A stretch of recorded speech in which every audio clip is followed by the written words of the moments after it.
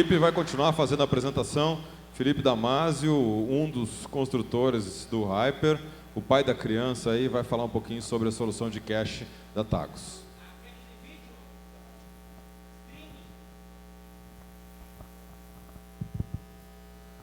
Tem que falar sobre cache de vídeo, viu, Felipe? Streaming. Não, eu chego lá, não se preocupa, tá nos slides. Boa tarde, pessoal. A ideia aqui é eu apresentar um pouco sobre esse nosso produto. Eu vi que tiveram algumas pessoas que não nos conhecem, então eu vou dar primeiro uma introdução sobre o sistema de cache em geral. Vou apresentar um estudo de caso que eu já mostrei algumas palestras até na Internet Sul, mas eu vou dar uma recapitulada aqui. E para quem já conhece o nosso sistema, no final eu vou dar uma palhinha do que a gente vai estar lançando agora nas próximas versões, em termos de novos conceitos que a gente vai estar apresentando para os provedores para poder ajudar na divulgação dos que já usam o sistema de cache para os seus usuários, para melhorar a sensação de navegação do seu usuário. Mas vamos lá. Para a gente poder iniciar a conversa, só para todo mundo ter esse conceito mais claro, motivações para se fazer cache hoje em dia é que a internet está subindo drasticamente o uso de conteúdo multimídia. Por conteúdo multimídia, né, como foi gritado aqui no início, desde transmissões de YouTube até transmissões ao vivo das Olimpíadas, que foi feito via streaming agora pela Rede Record, se vê que o conteúdo na internet está migrando do que era antigamente só texto e imagem para texto, imagem, som e conceitos híbridos, como é o caso de vídeo, onde hoje no conceito de HTML5 tem inclusive scripts dinâmicos, JavaScripts, que eles se compõem dinamicamente para cada tipo de usuário. E um sistema de cache, para poder entender isso, ele tem que entender não só do protocolo HTTP, que é o protocolo de transporte que é utilizado, ele também precisa entender como é que o protocolo HTTP está conversando com um protocolo ainda superior, mesmo na camada 7, que é o HTML e alguns pedaços do HTML, para poder fazer cache, inclusive, de pedaços de um objeto HTML, não do objeto HTML como um todo. Então, o usuário, em termos de provedores de internet, vocês devem saber isso muito melhor do que eu, ele está cada vez mais exigente em termos de qualidade de navegação. Então, a maioria dos provedores que utilizaram cache em algum tempo, inicialmente utilizavam muito para economizar a banda, claro que, né, todo mundo quer economizar mais, mas a gente está vendo que uma grande quantidade da nossa base de clientes já está utilizando o sistema de cache para poder melhorar a qualidade da navegação, oferecer planos melhores para os seus usuários e muitas vezes tem um diferencial competitivo dentro da cidade com as grandes operadoras. E a experiência com multimídia, ela tem uma característica interessante, que ela exige baixa oscilação na rede. Então, para te ter, por exemplo, uma página do Terra ou da Globo carregando alguns milissegundos mais lento, isso acaba não incomodando muito dependendo do caso. Agora, um vídeo ou um som, ou um vídeo ou um áudio, quando ele oscila no carregamento, aquilo incomoda o usuário feito um louco. Então, o usuário vendo um vídeo do YouTube quando ele tranca, ou vendo um áudio quando ele tranca, dá um pulo na música, isso faz o usuário perceber uma baixa qualidade no link de navegação, o que não era percebido antes com texto. Então, o sistema de cache ele tem que conseguir entender que certos objetos eles são mais importantes para a experiência da navegação do usuário do que outros. Uma imagem não é tão importante quanto um vídeo. Um áudio é mais importante do que um arquivo zip, por exemplo, em determinados casos. Só que isso ele tem que perceber de maneira mais automática e não tão estática por regras fixas como era feito antigamente. Então, eu falo isso porque a maioria das pessoas que utilizavam o sistema de cache baseavam no Squid, que é o grande software livre utilizado já assim, desde 94, quando ele foi concebido, para fazer cache de uma maneira ou de outra. Então, se fazia scripts para ele, em certos casos até se tentava melhorar um pouco o próprio produto, se patrocinava alguma modificação específica, mas esse software tem características muito, não digo engessadas, mas ele tem uma característica muito antiga de desenvolvimento de software. Então, hoje em dia, sistemas mais profissionais não utilizam esse código de base e acabam se fazendo códigos do zero, como foi o nosso caso.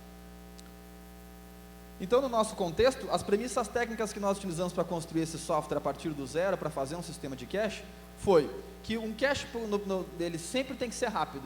Tem que ser, no pior caso, 2 vezes melhor do que a internet. Porque essa era uma característica que eu escuto bastante quando eu converso com os provedores, que o sistema de cache tem aquele conceito clássico de ele começa bem, daqui a pouco ele está mais ou menos, dali uns 2 meses ele está pior que a internet.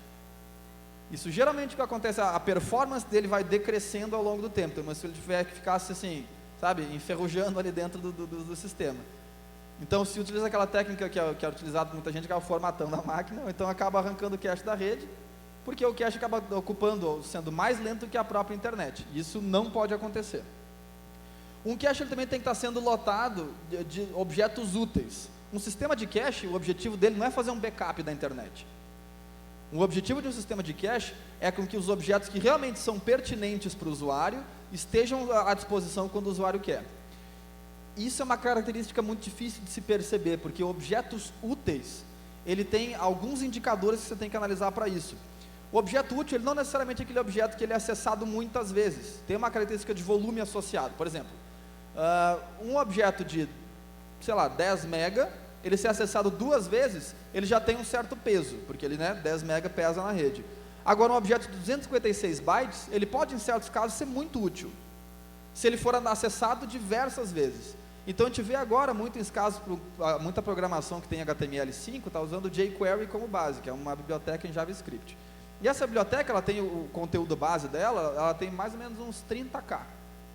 Mas pedaços menores da jQuery, muitos sites estão quebrando em pedaços de 10, 20, 30 bytes só. Só que, para te carregar o site inteiro, aquele pedacinho de 30 bytes tem que estar sendo acessado de maneira rápida. Não só o pedaço maior de 30K. Então, nesses casos, o cache tem que conseguir perceber valor num objeto menor, em certos casos, porque para a composição final do site ele vai ser interessante. E em outros casos, ele tem que priorizar objetos que têm um volume maior. Porque não adianta ficar baixando também muito objeto minúsculo, porque o volume final não vai gerar uma economia alta. E tu acaba jogando espaço em disco fora. Ele deve ser transparente em todos os sentidos. Todos os sentidos quer dizer, tanto do back-end, que é o servidor web destino, digamos a página do YouTube, ele não tem que perceber o IP do cache, ele tem que perceber o IP do usuário. Tanto o usuário na devolução do pacote. O usuário não tem que perceber o IP do cache devolvendo o pacote do objeto que está em cache, ele também tem que perceber o IP, no caso do YouTube, que está entregando aquele pacote. Então, nenhum dos dois lados tem que perceber que um provedor está usando cache, senão você acaba não dando certo problema. E ele deve suportar CDN. CDN, só rapidinho para quem não conhece esse conceito, é um sistema onde tu armazena o mesmo objeto distribuído em servidores distintos. Em suma, geralmente é isso. Por questões de latência, geralmente se coloca servidores geograficamente posicionados na rede para ficarem próximos do usuário. Então, o mesmo vídeo do YouTube está localizado em 3, 4, 5, 10, 20 servidores espalhados pelo planeta. O usuário A pode acessar o servidor inicial no PTT do Rio Grande do Sul, lá na Federal do Rio Grande do Estado. O outro acessa por São Paulo, o terceiro acessa na Malásia, de acordo com a latência para o caminho mais próximo daquele usuário. O sistema de cache tem que perceber que esses 3 objetos, no fundo, são um objeto só, para também não jogar espaço fora em disco, armazenando algo que não precisaria.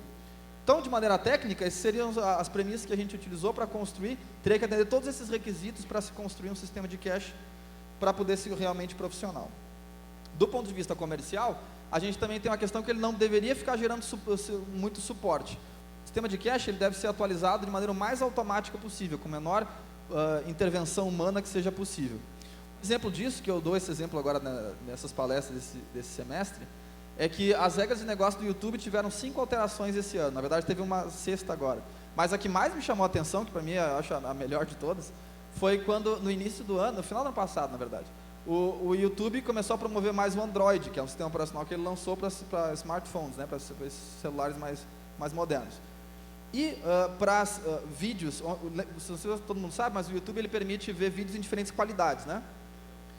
Quando o player que você está acessando, ele vem do Android, ele é de um celular que roda Android, o Google ele entrega mais rápido aquele vídeo, ele prioriza em QoS aquele vídeo dentro do sistema dele, e ele também entrega um vídeo com melhor qualidade, para poder fazer uma propaganda que o vídeo acessado no Android é um pouco melhor do que acessado em outros celulares.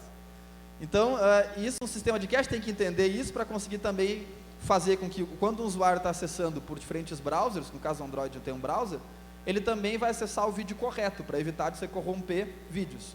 Já tiveram mais de 5, na verdade 6 alterações só esse ano, dessas regras de negócio, de como esses servidores funcionam no mapeamento desses objetos. Então, o cache tem que fazer isso de maneira o mais rápida possível. E a gente construiu esses servidores, o nosso sistema, o Hyper, ele é software e hardware junto, é uma appliance que vai na infra do provedor. A gente tem versões desde as menores de provedores até 15 MB, até provedores de 1 GB por nodo. Aí mais de um nodo, a gente vai estar, a partir do ano que vem, comercializando clusterizado. Bom, isso aqui são premissas mais comerciais. Então, do ponto de vista, assim, juntando esses dois, a nossa estratégia inicial para desenvolver o sistema foi fazer paralelismo no processamento de requisições de rede e na análise de cabeçalho. Isso aqui é a minha formação em ciência da computação, então isso aqui significa que a gente vai usar processos ou threads para poder fazer, ao mesmo tempo, mais de um processamento de um cabeçalho ou de um pacote de rede. O máximo que você vai conseguir processar, paralelizado, no caso de análise de cabeçalho, vai ser o número de cores que você tem no seu processador, e no caso de análise de rede, vai depender de quantos buffers você tem e quantas linhas de interrupção você tem com a placa de rede. Mas isso aqui já dá uma vantagem boa, porque você não serializa, coisa que esse software livre e alguns outros que são baseados nele, utilizam somente um fluxo de processamento. Objetos extremamente populares, eu botei um populares mais ali, extremamente populares, eram mantidos em memória RAM. Até estava falando com o pessoal ali antes no stand, que comentaram isso, que montaram um equipamento para fazer cache de um software, não lembro qual era, mas que o cara pediu lá para 20 MB, 96 GB de RAM, então era um valor assim, absurdo de memória RAM. Mas a estratégia que muita gente usa, a gente também usou isso lá no início, foi utilizar objetos extremamente populares mantidos em memória RAM.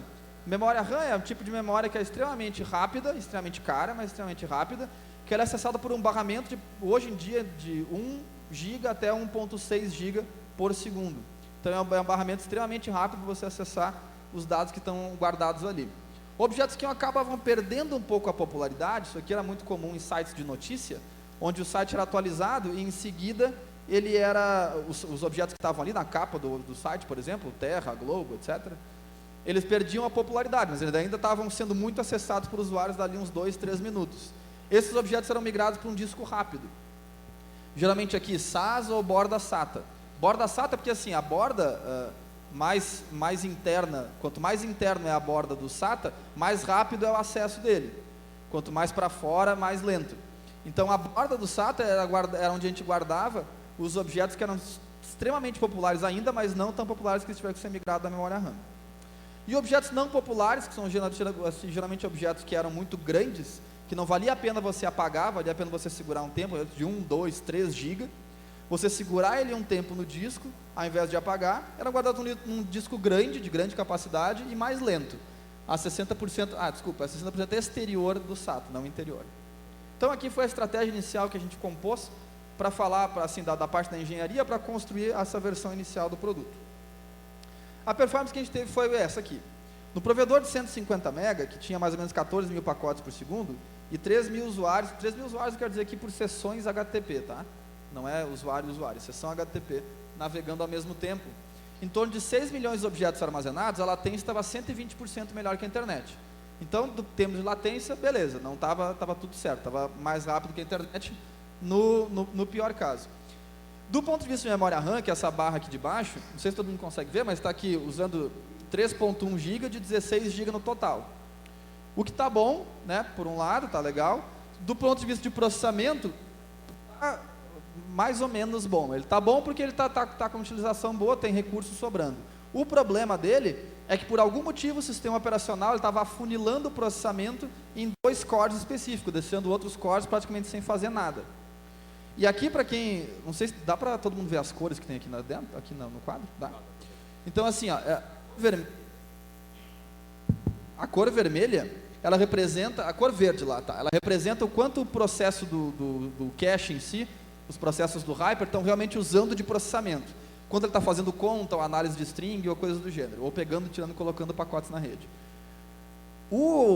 A barra vermelha, que é a maior delas, representa o tempo que o sistema operacional está gastando para atender as requisições que ele pede. Então, escrita em disco, escrita em placa de rede, ou migração de objetos da memória RAM para os discos, ele custa aquela tarja vermelha. Então, o que isso aqui mostra? Mostra que o sistema operacional estava sendo extremamente ineficaz, ou o Hyper estava tentando, né, fazendo queda de braço com o sistema operacional, para fazer um sistema de cache. O Hyper, só para ficar um pouco mais claro, ele é baseado no kernel Linux. Então ele utiliza de base o kernel Linux para poder fazer esse processamento de pacotes. Por lidar com o kernel Linux tem algumas características muito particulares. Ele é um sistema multitarefa, como é a maioria dos sistemas hoje, dos sistemas operacionais, mas ele é um sistema multitarefa voltado para o mercado genérico. O que é mercado genérico? Ele é feito para ser utilizado em computadores como esse meu que eu estou utilizando aqui. Para computadores que utilizam música, leem e-mail, fazem esse tipo de processamento, né, aleatório de dados. E não é utilizado, não é um sistema operacional construído especificamente para sistemas de alta requisição, que são banco de dados ou sistemas de cache, que é basicamente um grande processo que vai dominar a máquina inteira. Então o que a gente fez? A gente decidiu integrar um pouco mais o sistema operacional. O primeiro passo que a gente fez foi criar um escalonador de I/O. Então, o escalonador de I/O é o seguinte: quando você vai pedir para ele escrever um processo, pede para você escrever algo em disco, o sistema operacional tem que definir de 5, 10 requisições que faz ao mesmo tempo, quem vai realmente escrever em disco uma vez. Porque se você tem um disco físico, fisicamente vai ser de um por um. Ele não tem como, né, escrever 2 arquivos literalmente ao mesmo tempo. Você tem nanosegundos ali de distância, mas tem tempo serializado. Então, o que a gente fez foi a gente construir um sistema de escalonamento de I/O que ele vai fazer como se fosse foi uma estratégia que a gente fez, que é o seguinte: como você tem diferentes usuários navegando em diferentes velocidades, a tendência é que o usuário vai querer um objeto que está num pedaço do HD, e o outro usuário vai querer um objeto que está num outro pedaço do HD. O que mata um HD, só para todo mundo entender, é a aleatoriedade dos dados. Então, o HD, na maioria dos casos, que não são de disco sólido, né, de solid state drive, os discos comuns, como se fosse um vinil. Então, eu tinha aquela cabeça, só que além de ter essa cabeça assim na horizontal, tem uma outra na vertical, de profundidade. Então, o tempo que a parte mecânica dele demora para fazer esse movimento é o que deixa o equipamento extremamente lento. Porque a especificação do protocolo SATA, que é utilizado nos HDs, SATA 2, ela é de 1,5 gigabit por segundo de escrita linear. Como se você escrevesse do início ao fim do disco, numa passada só, você tem 1,5 GB de possibilidade de velocidade de escrita. E no SATA 3 é 3 GB. Então, a princípio, para um provedor de 50, 100, 200 MB, não se precisaria de HDs que não fossem SATA. O que precisa por quê? Porque a aleatoriedade na escrita faz essa parte mecânica perder muito tempo. Esse escalonador de I/O que nós fizemos da seguinte maneira: quando uma requisição chega para você começar a escrever no disco, o que a gente faz não escreve.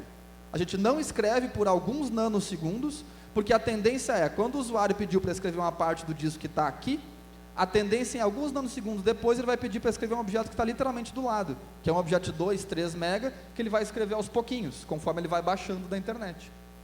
Então, se você espera um pouco, ao invés de você escrever um pedaço aqui, voltar para escrever um outro lugar, depois voltar para escrever a continuação dele, você não escreve nada e escreve tudo numa vez só, e dá mais linearidade na escrita. Esse é um ponto. E na migração de objetos de memória RAM para o disco, que a ordem de grandeza em páginas, a cada 4K, numa arquitetura de processadores da Intel, x86, né? A gente também fez essa linearidade de migração de página da memória RAM para o disco. Então, a memória RAM é como se fosse um grande SSD, ela não tem problema de aleatoriedade. Quando você vai migrar isso para o disco, a gente serializa esses pontos, serializa do ponto de vista assim, bota eles lineares, e aí escreve linearmente no disco, para também poder fazer com que garanta que ele consiga escrever mais rápido. A gente também construiu heurísticas para validar o cache. Isso aqui é porque, eu comentei até isso com algumas pessoas que eu conversei hoje de manhã, o protocolo HTTP, ele tem um campo que ele diz por quanto tempo um objeto pode ficar em cache. Então, digamos lá que o Terra diga que um objeto, geralmente na página do Terra, pode ficar em cache por em torno de 15 a 20 minutos. Aquela foto lá principal da página do Terra, ou as da própria página da Globo, dá um pouco menos, uns 5, 6 minutos. Mas, site de notícia, pela própria natureza do serviço, ele é algo que é inesperado. Daqui a pouco explode lá uma bomba, sei lá onde, e a página é atualizada antes do previsto. O sistema, para evitar isso, o Hyper, o que a gente faz? A gente vê que quando um site viola a própria orientação que ele deu, eu falei que eu ia atualizar em 15 minutos, eu atualizei em 3, ele começa a colocar aquele site como sendo suspeito. Suspeito é um site que ele pode mentir quanto tempo ele pode ficar no cache. Então, o Hyper vai validando aqueles objetos o tempo inteiro, para evitar com que tu entregue um conteúdo desatualizado para o teu usuário, que isso é o pior caso, tu entregar algo que está realmente inválido para o teu usuário, isso aí dá uma sensação muito desagradável. Então, é preferível você ir para a internet do que entregar algo desatualizado. E um objeto válido é qualquer site a partir de 256 bytes, qualquer objeto a partir de 256 bytes, em certos casos até menos do que isso. Por quê? Porque muito sistema de cache que tem o conceito de que chama de plugin. Fica o tempo inteiro adicionando suporte a sites. Agora faz cache do YouTube, agora é do Windows Update, agora acrescentou não sei o que, agora eu não sei o que, e vai adicionando 500 suporte a 500 sites. Isso, com o tempo, ele se torna impraticável. Então, hoje nós já estamos no mercado há um pouco mais de 4 anos, a gente tem mais de 400 provedores utilizando o nosso sistema. É inviável ficar adicionando suporte à peculiaridade específica do provedor, mesmo porque, em muitos casos, tem jornais específicos daquela região, ou mesmo da cidade, que são muito mais populares do que grandes sites.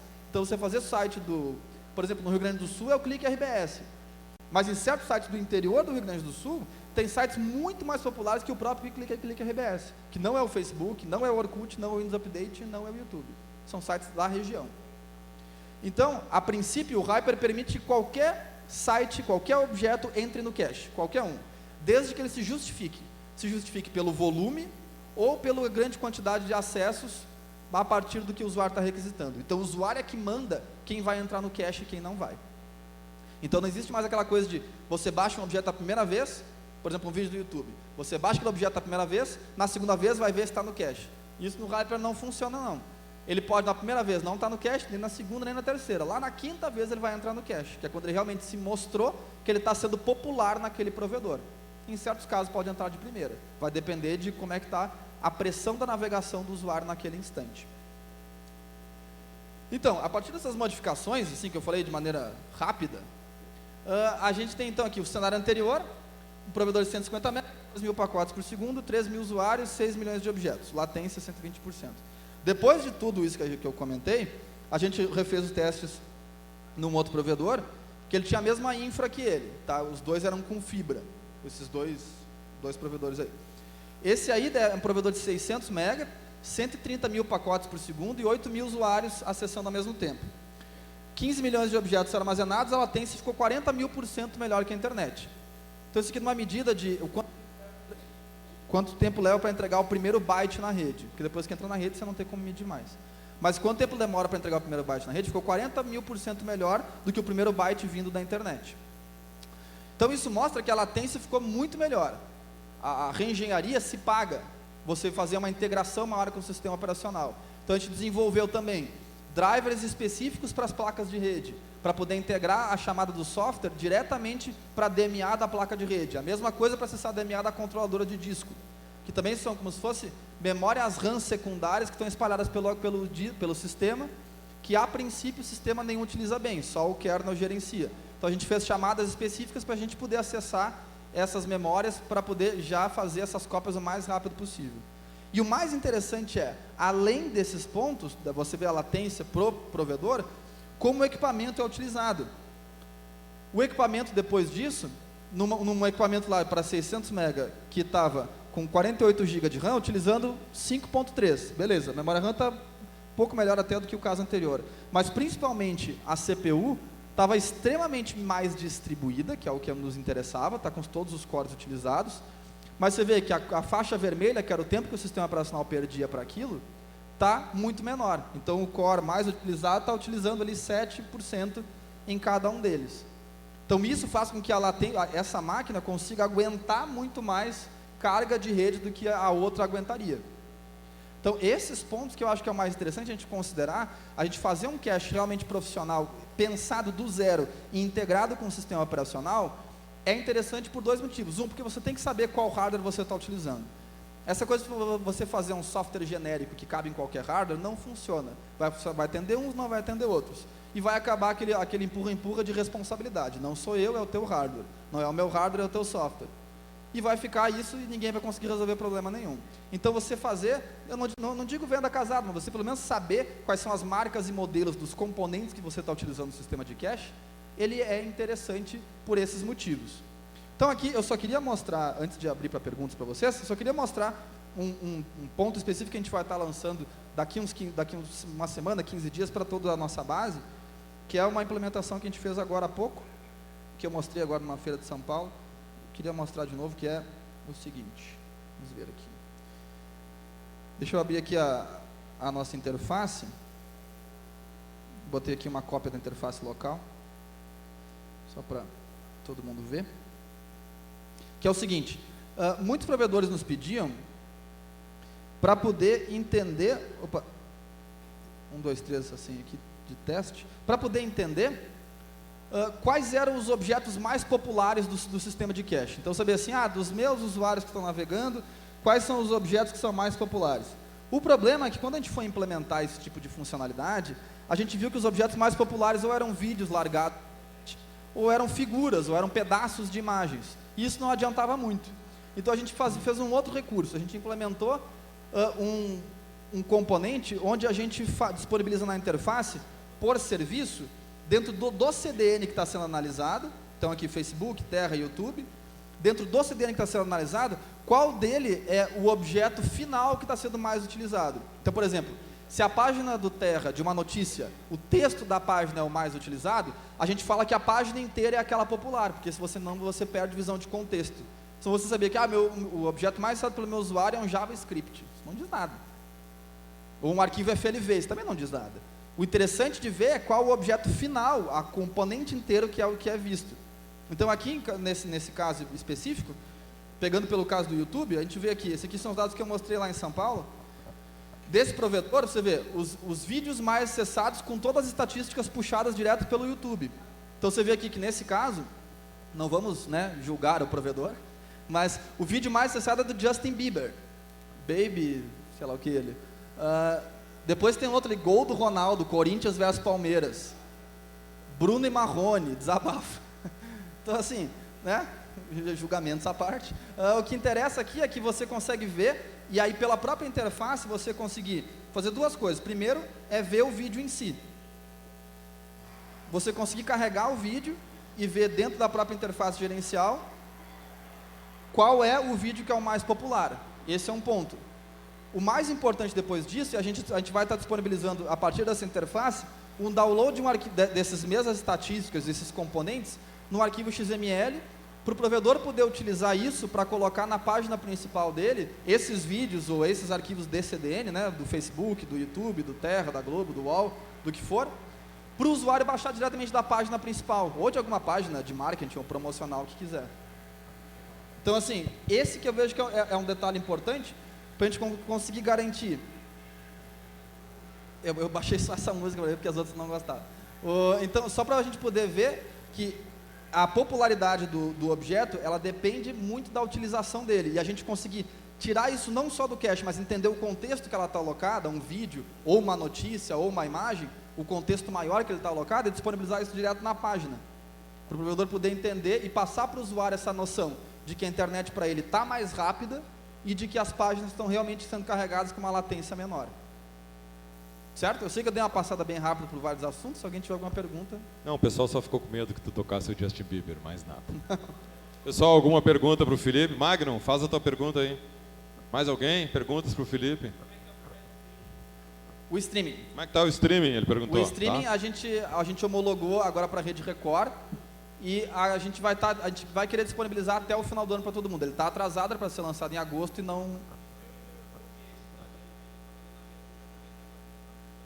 O YouTube Live, aquele? Não, vai entrar junto, eles vão entrar todos ao mesmo tempo, do YouTube, esse que seria da Record, né? Vai entrar o do YouTube, o da Record e mais alguns outros protocolos que chama de RTMP, RTSP e MMS. São 3 protocolos que daí pega aquelas rádios online. Netflix também, alguma coisa? Oi? Netflix? O Netflix é só um método de autenticação para protocolos como esse, então a gente vai encaixar isso aí no início do ano que vem. Só porque assim, você pode fazer o cache do vídeo na Netflix, beleza, só que você tem que notificar a Netflix que o usuário baixou, porque senão vai ferir o modelo de negócio deles, né? Senão um usuário vai fazer download sem o outro saber. Sim, então, tem que dizer quem é o usuário para ele identificar lá como assinante. Né? É, isso aí. Então a gente vai primeiro autenticar, isso que a gente não fez ainda. A gente tem que autenticar com a Netflix antes de disponibilizar o vídeo. Se a Netflix não autorizar, mesmo que estando no cache, ele não passa. Mais uma pergunta, então? Ele aqui.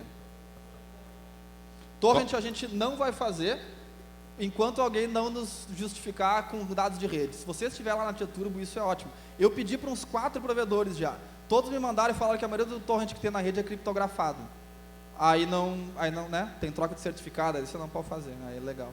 Mas se alguém tiver dados que mostram que torrent não está criptografado na rede, a gente faz. Porque assim, a gente está com esse projeto de stream já tem um tempo, era para ser lançado e atrasou. Até o final do ano a gente quer terminar. Depois disso a gente não tem protocolo ainda para fazer, não tem algo que, sabe, nos pediram e mostraram dados que vai ser útil.